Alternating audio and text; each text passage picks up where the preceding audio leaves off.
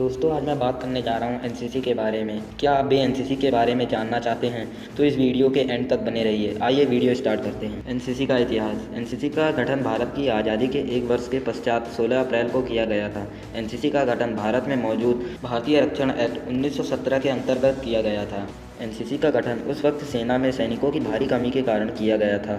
सन 1920 में जब भारतीय सीमा एक्ट पास हुआ तब भारत में विद्यालय के छात्रों को सेना की तरफ आकर्षित करने के लिए मुहिम शुरू की गई थी। इस मुहिम के तहत यूनिवर्सिटी कॉर्प्स बनाए गए। बाद में यूनिवर्सिटी कॉर्प्स को और भी ज़्यादा आकर्षित करने के लिए यूटीसी यानी कि यूनिवर्सिटी ट्रेनिंग कोर्स का गठन किया गया। यूटीसी में शामिल छात्र बिल्कुल आम सैनिक की तरह ड्रेस पहनकर परेड करने के लिए, जिस कारण यह काफ़ी ज़्यादा आकर्षित नज़र आता था। एनसीसी के गठन के पहले देश में यूओटीसी हुआ करता था। इसे यूटीसी के ऊपरी स्तर का क्षेत्र माना जाता था, यानी कि जो भी छात्र यूटीसी पार करके उसे यूओटीसी में शामिल किया जाता और यूओटीसी से फिर सीधा सेना में भर्ती किया जाता। दूसरे विश्व युद्ध के दौरान भारत ने ब्रिटिश को विश्व युद्ध में सहायता देने के लिए अपने सैनिकों को ब्रिटेन के हवाले कर दिया था। जिन सैनिकों को दूसरे विश्व युद्ध में भेजा गया था उनमें से कुछ यूओटीसी के भी शामिल थे। यूओटीसी ने उस दौरान काफ़ी निराश किया। यह पाया गया कि यह बल अब तक युद्ध के स्तर के लिए नहीं बना है। इस बल में अभी काफ़ी ढेर कमियां हैं जिन पर कार्य करना होगा। आज़ादी के पश्चात यूओटीसी और यूटीसी को मिलाकर एनसीसी का गठन किया गया।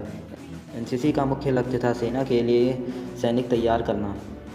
साल 1948 में एनसीसी में छात्रों के लिए भी जगह दी गई ताकि वो भी समानता की सब प्राप्त कर सकें और देश को अपनी सेवाएं दे सकें। इसके बाद वक्त के मौजूदा प्रधानमंत्री पंडित जवाहरलाल नेहरू ने एनसीसी के विकास में काफ़ी ज़्यादा योगदान दिया। उन्होंने एनसीसी के सिलेबस को बदला और उसे काफ़ी आसान बना दिया। एनसीसी के सिलेबस में आत्मरक्षा और युद्ध स्तर की रणनीति शामिल थी। एनसीसी के अंतर्गत कई तरह के अस्त्र चलाने का प्रशिक्षण भी सैनिकों को दिया जाता है। साल 1950 में एनसीसी में वायु सेना को भी जोड़ दिया गया। उसके बाद एनसीसी और भी ज़्यादा प्रभावशाली हो गई। 1962 में हुए चाइना के साथ युद्ध के दौरान एनसीसी ने काफ़ी मदद की, लेकिन एनसीसी की असली महत्व भारत पाकिस्तान युद्ध के दौरान मुख्य धारा की सेना का कंधे से कंधा मिलाकर साथ दिया।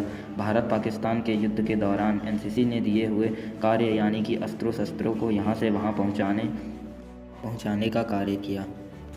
एनसीसी का मुख्य लक्ष्य। एनसीसी का मुख्य लक्ष्य सेना को सहायता प्रदान करना है। इसमें एनसीसी एक हद तक सफल भी हुई है। एनसीसी की टैगलाइन के लिए 11 अगस्त 1978 में चर्चा शुरू की गई थी। एनसीसी के विनम्र टैगलाइन जैसे कर्तव्य और एकता, एकता और अनुशासन जैसे टैगलाइन में से एक टैगलाइन का चुनाव करना था।